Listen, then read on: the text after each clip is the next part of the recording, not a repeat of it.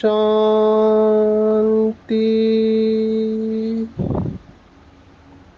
आज 3 सितंबर 2023 भारत में रविवार है। Today is 3 September 2023 and it's Sunday in Bharat.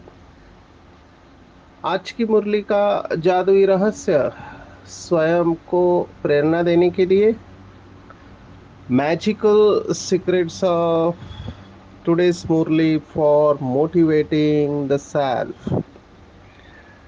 आज रविवार है। अव्यक्त बाप दादा के महावाक्य है। रिवाइज डेट है 25 नवंबर 1995, 25 नवंबर 1995। लैंडमार्क मुरली है डायमंड जुबली वर्ष की। जो 9 बातें बाबा ने छोड़ने को कही उसमें की एक मुरली ये है। इस मुरली के ऊपर बहुत भट्टियां हुई है और बहुत बार इन मुरलियों का रेफरेंस दिया जाता है भट्टियों में। क्रक्स ऑफ द धारणा है, फाउंडेशन है। इसलिए इस मुरली को जेरॉक्स करके अपने पास रखना चाहिए, बार बार पढ़ना चाहिए, क्योंकि ये 3 बातें देखना, सुनना और बोलना जिसके द्वारा आत्मा कर्म करती है, इसको दरवाजे भी कह सकते हैं। भगवत गीता में श्लोक आता है, नव द्वारे नव पूरे। माना ये शरीर रूपी पूरी में 9 द्वार है, 9 दरवाजे हैं। तो ये दरवाजों से इंफॉर्मेशन आते जाती रहती है। उसमें से आँख, कान और मुंह ये इम्पोर्टेंट है। तो ये तीनों कर्मेंद्रियों के ऊपर हमारा कंट्रोल होना चाहिए। माया प्रवेश करती है इन दरवाजों से। शास्त्रों में भी इसके ऊपर बहुत कुछ लिखा गया है। मुरली का टाइटल है परमत, पर चिंतन और पर दर्शन से मुक्त बनो और पर उपकार करो। ये 3 पर काटने हैं और एक पर ध्यान में रखना है। बाबा अविनाशी सर्जन है, मास्टर ट्रेनर है। शुरुआत शक्ति देकर करता है। पहले बाबा शक्ति में स्थित कराता है और फिर बाबा कड़वी गोली पिलाता है ताकि आत्मा की बीमारी ठीक हो जाए। कैसे स्टेप वाइज कितनी नेचुरली बाबा ज्ञान की गुह्यता में लेके जा रहा है। और कहीं पर भी बच्चों को ये फील नहीं हो रहा है कि बाबा की बातें दिल को लगती है लेकिन फीलिंग में नहीं आते हैं। बाबा का उसमें प्यार दिखाई देता है। ये कला है और हमको ये कला सीखनी चाहिए।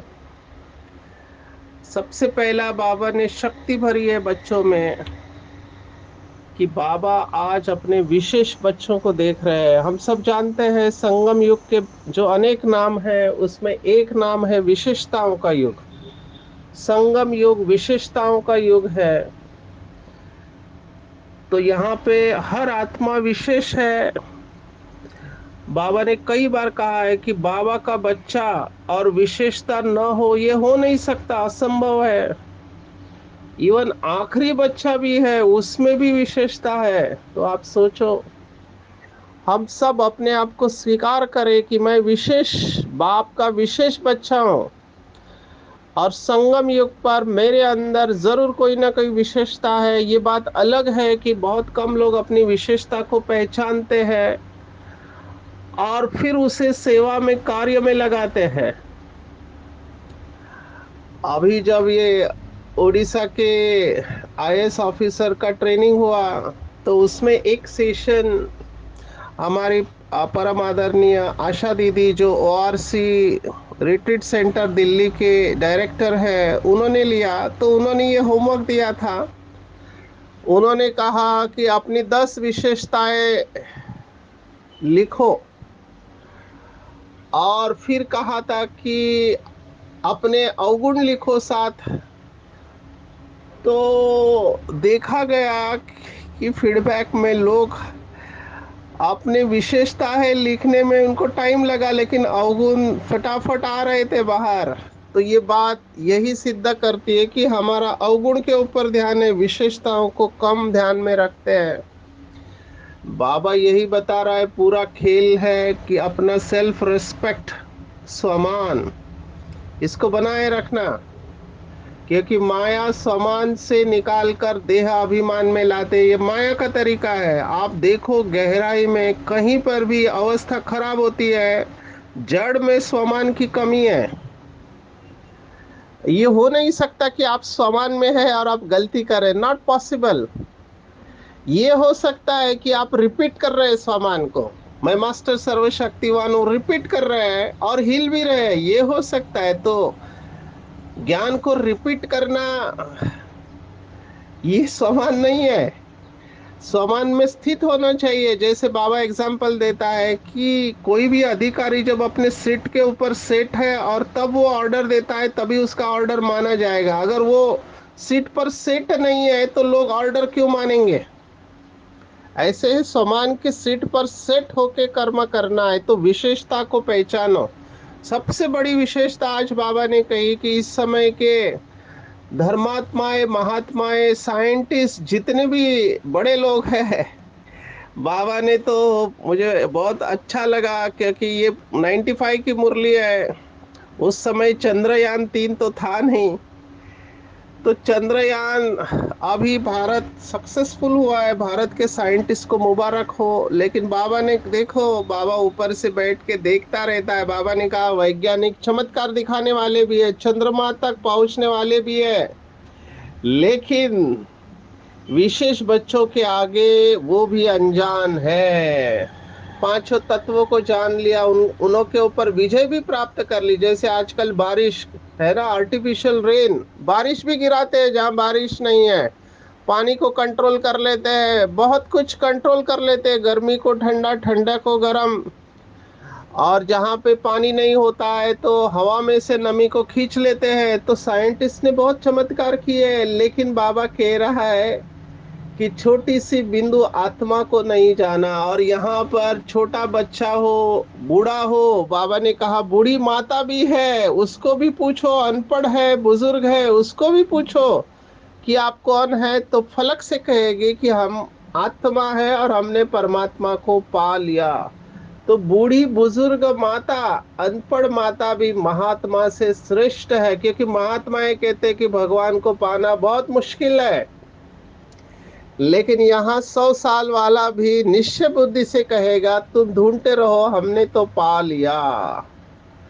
फिर दूसरा चैलेंज बाबा ने दिया, जो कल की मुरली थी, बाबा ने दिया कि देखो, प्रवृत्ति में रहते भी फलक से कहते हैं कि हम डबल पलंग पर सोते हैं, लेकिन साथ में सोते हुए भी हम पवित्र रहते हैं। अभी देखो, ये भी बहुत बड़ा चैलेंज है, क्योंकि सन्यासी कहते हैं, महात्माएं कहते हैं आग कापूस इकट्ठा रहना ये तो असंभव लगता है। और बाबा कहता है, बाबा के प्रवृत्ति में रहने वाले बच्चों के लिए बहुत सहज है, क्योंकि पवित्रता हमारा स्वधर्म है और अपवित्रता परधर्म है। तो बाबा ने नशे की बात कही है कि जो साधु संत महात्माएं पुण्यात्माएं या साइंटिस्ट नेता अभिनेता जो नहीं जान पाए वो बाबा के बच्चों ने जान लिया, पहचान लिया। तो इतने महान है तो अपनी महानता को स्वीकार करेंगे, बार बार अपने आप को याद दिलाएंगे कि मैं महान आत्मा हूँ, कोटो में कोई हूँ, कोई में भी कोई हूँ। बाबा फिर आगे बढ़ते हैं और फिर बाबा कहते कि ऐसे श्रेष्ठ महान आत्माएं पुरुषार्थ का समय वेस्ट कर रहे हैं। एक बहुत बड़ी रियलाइजेशन योगी आत्माओं को आती है, और वो रियलाइजेशन हर एक को आनी चाहिए कि समय बहुत वैल्यूएबल है, टाइम इज मनी कहते हैं, और संगम युग का समय तो सबसे वैल्यूएबल है। तो बाबा ने कहा कि बीच बीच में कहाँ आधा घंटा 15 मिनट 5 मिनट वेस्ट चला जाता है, जबकि बाबा ने कई बार मुरलियों में कहा है कि संगम युग का 1 सेकंड अनेक वर्षों के बराबर है। अभी ये भी बहुत गहरा सूक्ष्म विज्ञान बाबा ने कहा, क्योंकि 1 सेकंड की बीज रूप अवस्था में आप अनेक वर्षों के पाप कर्मों को भस्म कर सकते हैं, लेकिन बीज रूप अवस्था में जाना मुश्किल है।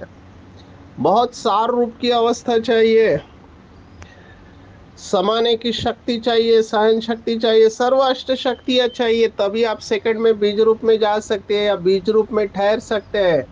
तो जहां 1 सेकंड अनेक वर्षों के बराबर है, आप सोचो 5 मिनट माना 300 सेकंड कोई वेस्ट करता है, 5 मिनट कोई 15 मिनट कोई आधा घंटा। तो उसका कारण बाबा ने बताया, सबसे इंपॉर्टेंट है परमत। तीन चार मत होती है, एक मनुष्य की मत, एक देवताओं की मत, एक असुरों की मत, और एक है श्रीमत। तो श्रीमत माना मुरली, बाकी सब जो मुरली के अलावा है वो सब आप परमत में डाल सकते हैं। अभी यहाँ पे परमत जब बाबा कह रहा है तो बाबा कोई स्पेसिफिक बात कह रहा है कि जो मंथरा वाली आत्माएं होते, कान भरने वाले कान भरने वाले होते हैं। मैं तो हमेशा सेशंस में कहता हूँ, निमित्त आत्माओं के ऊपर बहुत बड़ी जिम्मेवारी है, हम सबके ऊपर है, क्योंकि हम सब निमित्त है। कि उनको ये पता चलना चाहिए कि किसके ऊपर विश्वास किया जाए, क्योंकि कोई किस उद्देश्य से आपको कह रहा है। नहीं तो मंथराय आत्माएं अच्छे अच्छे आत्माओं की अवस्था को खराब कर सकते हैं। कोई ने कोई बात सुना दे और आप समझते हो कि सुनाने वाला तो अच्छा सच्चा महारथी है और आपका उसके ऊपर फेथ भी है, और कोई आत्मा आपको कोई ऐसी बात सुनाती है जिसमें इंटरेस्ट भी आता है, समाचार तो अच्छा है, जैसे संसार समाचार अच्छा लगता है तो ब्राह्मण संसार का समाचार भी अच्छा लगता है, तो आपने उस पर फेथ रख के बात सुन ली, माना अपने अंदर समा ली, कट नहीं किया। चलो बात सच्ची भी है, समाचार सच्चा भी होता है, सब झूठा नहीं होता है, कोई सच्चा भी होता है, लेकिन बाप का फरमान है नहीं कि ऐसी बात आप सुनो। सिर्फ दिलचस्प समाचार है, आप कुछ कर नहीं सकते, सिर्फ सुन लिया तो वो समाचार बुद्धि में गया, टाइम वेस्ट हुआ।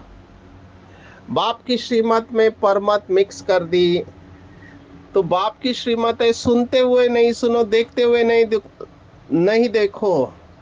तो अगर ऐसा समाचार सुन लिया तो कचरा अंदर चला गया। बाबा ने देखो क्या कहा है, बहुत गहरी बात।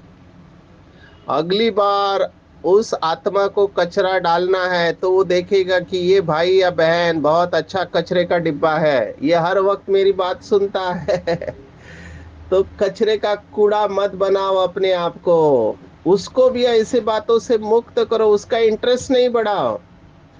मेरे साथ ये होता है क्योंकि मेरे पास सभी भाई बहने जो डिस्टर्ब होते हैं वो आते हैं। अभी मैं आपको इसके ऊपर कई सारे अनुभव सुना सकता हूँ, कई सेंटर पर जाता हूँ, पहले से ही वो तैयारी में रहते हैं, सचिन भाई को हम यहाँ की कहानियां सुनाएंगे तो आके मुझे कहते हैं कि सचिन भाई आपको पता नहीं यहाँ क्या होता है। जैसे उसने कहा पता नहीं क्या होता है, मैं अलर्ट हो जाता और मैं हाथ जोड़ता और कहता हूँ बताना भी मत, क्योंकि मुझे कोई इंटरेस्ट नहीं है। आप बाबा को बताओ और साक्षी हो जाओ। निमित्त आत्मा को बताओ। कहते निमित्त आत्मा भी इसमें है। तो मैं कहता हूँ फिर बाबा बैठा हुआ है।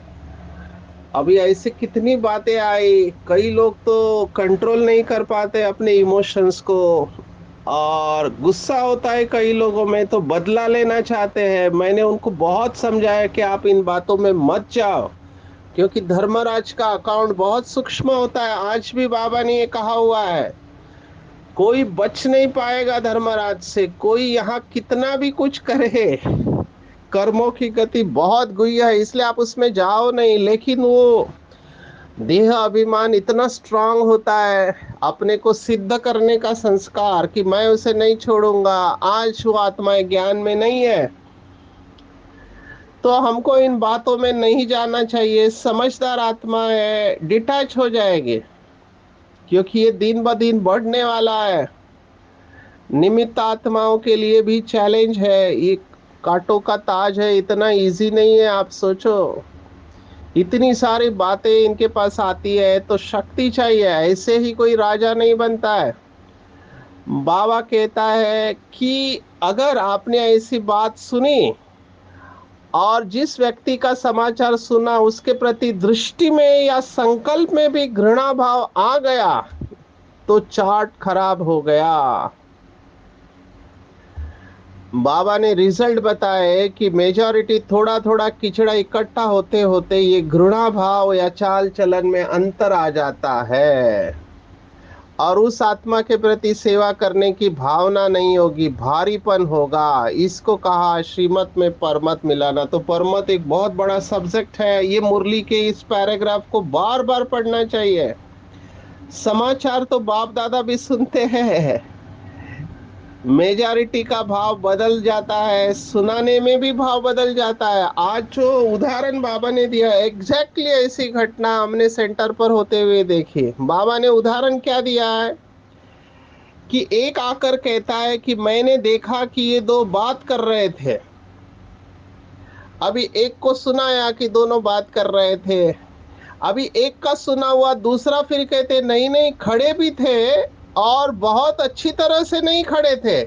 अभी ये क्या हुआ, ये दूसरों ने अपना एडिशन कर दिया। ये है राम कथा।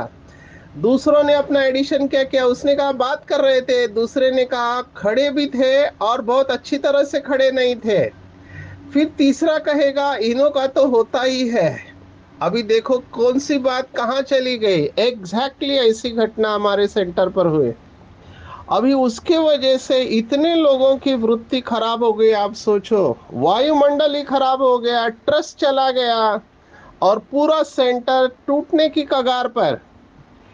क्यों? क्योंकि एक आत्मा जिसके अंदर इनसिक्योरिटी है, असुरक्षितता का भाव है, उसने ये बातें। अभी कई लोग ये धूतीपना करते हैं।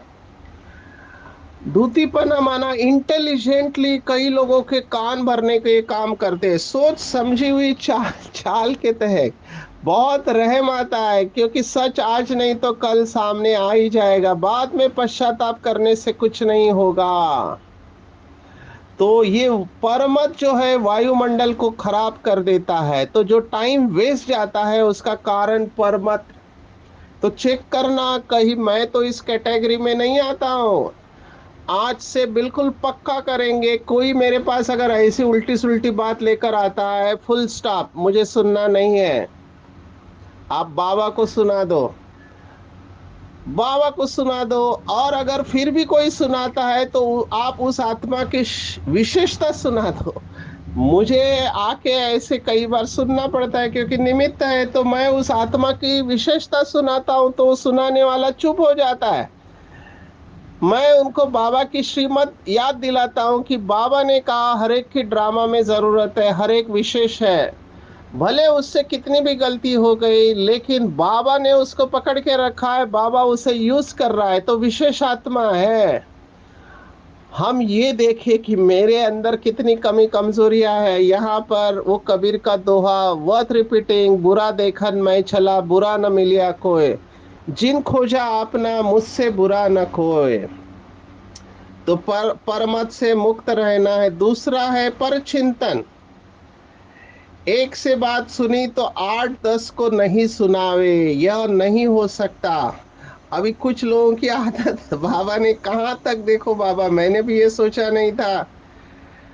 बाबा ने कहा कुछ लोगों की आदत होती है, पर चिंतन माना क्या, कि किसी ने बात सुनाई तो दूर देश में भी होगा, उसको भी पत्र में लिख देंगे कि यहाँ पर ये बहुत नई बात हुई, आएंगे तो आपको सुनाएंगे। तो ये है पर चिंतन। कई लोगों का योग ही नहीं लगता है, मैं देखता हूँ। मैं जब काउंसलिंग करता हूँ तो वो कहते हैं कि हम बैठते हैं बाबा को याद करने, लेकिन ये पर चिंतन ही चलता रहता है। मैंने पूछा क्या चलता है, कहते हैं फलाने को ऐसा नहीं करना चाहिए, टीचर को ऐसा नहीं करना चाहिए, उसको ऐसा नहीं करना चाहिए, उसको ऐसा नहीं करना चाहिए।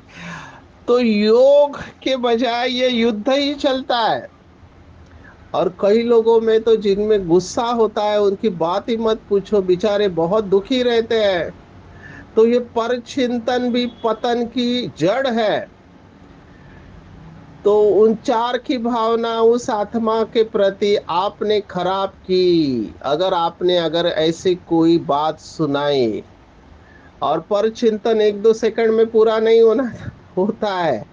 बाबा ने कहा जैसे इंटरेस्ट से कहानी सुनाते हैं, पहले ये हुआ फिर ये हुआ ये हुआ, ऐसे पर चिंतन चलता है। तो पर चिंतन के बजाय हमको स्वचिंतन, स्वचिंतन बाबा ने स्पष्ट इशारा दिया। बाबा सब देख रहे हैं कौन क्या क्या कर रहा है। बाप दादा के पास पूरा रजिस्टर है, किसने किया, कितने बार किया, क्या क्या किया, किस समय किया और कितनों से किया। आप सोचो, आपने किसको सुनाया, कितने बार सुनाया, क्या सुनाया, सब रिकॉर्ड है। सिर्फ बाबा चुप रहता है। तो पर चिंतन के बजाय स्वचिंतन। अब ये स्वचिंतन की बात लिख लेनी चाहिए अपने नोटबुक में। डेफिनेशन है स्वचिंतन। स्वचिंतन माना ये नहीं कि ज्ञान की पॉइंट्स रिपीट कर दिया, ज्ञान की पॉइंट सुन लिया सुना दी, नहीं। स्वचिंतन अर्थात अपनी सूक्ष्म कमजोरियों को, छोटी छोटी गलतियों को चिंतन करके मिटाना या परिवर्तन करना, यह है स्वचिंतन। स्वचिंतन माना कमजोरियों को मिटाना, ना कि पॉइंट्स को रिपीट किया। क्योंकि बाबा ने बहुत गुह्य बात की, फाइनल रिजल्ट निकलेगा तो रिजल्ट में ये नहीं देखा जाएगा कि इसने ज्ञान का मनन अच्छा किया या सेवा में ज्ञान को अच्छा यूज किया। बाबा ने कहा फाइनल रिजल्ट में धारणा को मार्क्स मिलेगी। ये पॉइंट भी अंडरलाइन करेंगे। बाबा ने कहा सेवा की 1 मार्क तो धारणा की 10 मार्क है। कई बाबा के बच्चे ज्ञान नहीं सुना सकते, लेकिन अपनी धारणा से प्रभाव डालते हैं तो उनकी सेवा की मार्क्स जमा हो जाती है। फिर बाबा ने कंप्लेंट को भी एड्रेस किया। कई लोगों को लगता है हमको सेवा का चांस बहुत कम मिलता है, ऐसे होना नहीं चाहिए, लेकिन कई लोगों को लगता है कि दूसरों को मिलता है, मेरे को नहीं मिलता है। तो बाबा ने कहा सेवा में बिजी रहना अच्छी बात है, लेकिन ड्रामा अनुसार आपको चांस नहीं मिला और आपकी अवस्था दूसरों की सेवा करने के बजाय अपनी भी गिरावट में आ जाए या वो सेवा हलचल में लाए तो वो सेवा का जमा नहीं होगा। सच्ची सेवा, प्यार से सेवा, दुआओं से सेवा, उसका प्रत्यक्ष फल खुशी होती है। सेवा करते समय अवस्था बनती भी है तो बिगड़ती भी है, और सेवा में अगर फीलिंग आ गई तो बाबा ने इसको फीलिंग फ्लू कहा हुआ है। आप अगर धारणा स्वरूप सच्चे सेवाधारी हो तो धारणा स्वरूप वाला नाम मान शान में नहीं जाएगा कि मेरा नाम आए, फोटो आए, टीवी में आ जाएगा, ब्राह्मणों में मैं फेमस हो जाऊंगा। अभी कई लोगों के मैं देखता हूँ फेमस होना चाहते हैं। तो बाबा ने कहा ये सब भाव स्वार्थी सेवा के हैं। सेवा आपके पास अपने आप आएगी। बाबा ने कहा अभी सेवा आपके पीछे पीछे आएगी, लेकिन सबसे अच्छी सेवा बाबा ने कहा चलन और चेहरे के द्वारा सेवा करना। आपका चेहरा बाप का साक्षात्कार कराए, आपकी चलन बाप की चलन याद दिलाए, ऐसे है नंबर 1 सेवाधारी। तो मुझे ऐसे नंबर 1 सेवाधारी बनना है, ना कि नाम मान शान की सेवा। क्योंकि बाबा ने स्पष्ट कहा है कि भले यहाँ पर कुछ लोगों का नाम होता है, लेकिन बाप के दिल पर नाम होना चाहिए। फाइनल नंबर मिलेंगे तो आपका नंबर बाप के दिल पर होना चाहिए। तो मांग कर चांस लिया, वो किया सही, लेकिन मार्क्स भी कट होते हैं। बाबा ने कहा आपका राइट है, लेकिन आपकी वजह किसी और का गया, आपको नहीं मिला तो धर्मराज का खाता कम नहीं है। बहुत सूक्ष्म है, इसलिए निस्वार्थ सेवादारी शब्द को अंडरलाइन करेंगे। निस्वार्थ होके चलना है। बहुत लोग ये गेम खेलते रहते हैं, उनको लगता है कि इसको हम सेवा नहीं देंगे, हमारा नाम होना चाहिए। लेकिन बाबा का हिसाब किताब बहुत सूक्ष्म है और ये ऑटोमेटिक है, बाबा को कुछ करना नहीं पड़ता है। तीसरी बात, प्रदर्शन। खुद को देखने के बजाय दूसरों को देखते हैं। कई लोगों को ये आदत ही होती है, कौन किससे बात कर रहा है, अपनी पूरी जिंदगी इसमें लगाएंगे। अभी आपने देखा कुछ बात बुद्धि में गई, तो दूसरों को देखने में जो समय लगाएगा उसका स्वचिंतन कहाँ होगा, वो खुद को देख ही नहीं पाएगा। और ये कई लोगों में मैंने देखा संस्कार होता है। बाबा ने कहा ऊंची अवस्था बनाने के लिए बड़ा पेपर देना पड़ता है, तो ये परमत, परदर्शन और पर चिंतन ये पतन की जड़ है। इसके बजाय बाबा ने कहा परोपकारी बनो। अभी आप कहेंगे सुनना तो पड़ता है, जिम्मेवारी के कारण सुनना ये अलग बात है। कल्याण की भावना से सुनना वो ठीक है, बाबा ने कहा, लेकिन अपनी अवस्था को हलचल में लाकर देखना सुनना ये रॉन्ग है। अगर आप अपने को जिम्मेवार समझते हो तो बाबा ने कहा ब्रेक को पहले पावरफुल बनाओ। जैसे पहाड़ी पर गाड़ी जाते तो पहला ब्रेक चेक करते, क्योंकि ब्रेक फेल हो गया तो एक्सीडेंट हो जाएगा। ऐसे ही जिम्मेवार आत्माओं को ब्रेक बहुत पावरफुल चाहिए। बाबा ने इसको सीनियर टीचर्स बहनों को फुल स्टॉप की बट्टी कराई थी। फुल स्टॉप लगाते चलो, नहीं तो ये संकल्प आपको योग लगाने देंगे नहीं। सेकंड में बिंदी लग जानी चाहिए, लेकिन ये प्रैक्टिकली करने के लिए बहुत बुद्धि शक्तिशाली चाहिए, योग अच्छा चाहिए। तो ये तीनों पर काट देने हैं। और एक परोपकार। जब भगवान जिसको सब कुछ पता है, सब कुछ पता होते हुए भी वो चुप बैठता है और हर बच्चे को शक्ति देता है, उसको स्वीकार करता है, तो हमको भी भगवान समान बनना है, बाप समान बनना है। तो हमको भी देखते हुए नहीं देखना है, सुनते हुए नहीं सुनना है। हमको भी बाप समान बन के उस आत्मा को शक्ति देनी है, उसको बढ़ावा नहीं देना है। शुभ भावना हमारी दिखाई दे कर्मों में। तो हम विशेष आत्माएं, महान आत्माएं, परमत, परदर्शन और पर चिंतन में न जाकर स्वचिंतन करके खुद की कमी कमजोरियों को ज्ञान के आधार पर दूर करके हर एक को बाबा की शक्तियों का सहयोग देंगे। क्योंकि हम महावीर हैं। माया लोगों को मूर्छित कर देती है, तो जैसे महावीर ने, हनुमान ने संजीवनी बूटी देकर मूर्छित को सुरजित किया, वैसे हमको भी अगर कोई बाबा का बच्चा कहीं कमजोर है तो उसको सुरजित करना है। शुभ भावना ही काम करेगी। बाबा ने एक मुरली में कहा था जिम्मेवार आत्मा कौन है। समझो आपके लौकिक घर में भी अगर किसी से कुछ गलती हो जाती है, आप उसको चारों तरफ फैलाते नहीं हो, उसको समा लेते हो। ऐसे ही जो बाबा का बच्चा जिम्मेवार आत्मा होगा, वो ब्राह्मण परिवार की कोई भी बात को फैलाएगा नहीं, बाबा के सामने रख के उसको संभालेगा और अपनी दृष्टि वृत्ति में जरा भी फर्क नहीं लाएगा। ये बहुत इंपॉर्टेंट बात है। जैसे ही किसी की अवगुण सुना और हमारे दृष्टि वृत्ति चलन में उस आत्मा के प्रति घृणा भाव आ गया, तो पाप कर्म हो गया, आपका योग नहीं लगेगा। क्योंकि वो आत्मा आपको डिस्टर्ब करेगी योग के बीच में। इसलिए मैं विजयी हूँ, मुझे विजयी सबको बनाना है। और विजयी रहने का साधन बाबा ने कहा बिजी रहना है, स्व कल्याण और विश्व कल्याण। खुद को देखो, खुद की कमियों को भरो तो खुदा का प्यार मिलेगा। खुद को देखो, खुद की कमियों को भरो तो खुदा का प्यार मिलेगा। हमें विघ्न विनाशक बनना है, वायुमंडल को शक्तिशाली बनाना है। वो वही बाबा के बच्चे कर सकते हैं जो दिल में सदा एक दिलाराम की याद में रहते हैं, और यही सच्ची तपस्या है। तो आज के पूरे दिन पर ये तीनों शब्दों के ऊपर बहुत गहराई से मनन चिंतन करेंगे कि मैं विशेष आत्मा हूँ, महान आत्मा हूँ, कोटों में कोई और कोई में भी कोई हूँ, डायरेक्ट ईश्वरीय संतान हूँ। परमात्म से स्वयं को फ्री रखेंगे, पर दर्शन नहीं करेंगे, पर चिंतन की बजाय स्वचिंतन करेंगे। अगर कोई गलती भी करता है तो उसके प्रति शुभ भावना रखेंगे, बातों को फैलाएंगे नहीं, वायुमंडल को शक्तिशाली बनाएंगे, मूर्छित को सुरक्षित करेंगे, और एक दिल में बाप की याद का झंडा लहराते रहेंगे। अच्छा, ओम शांति।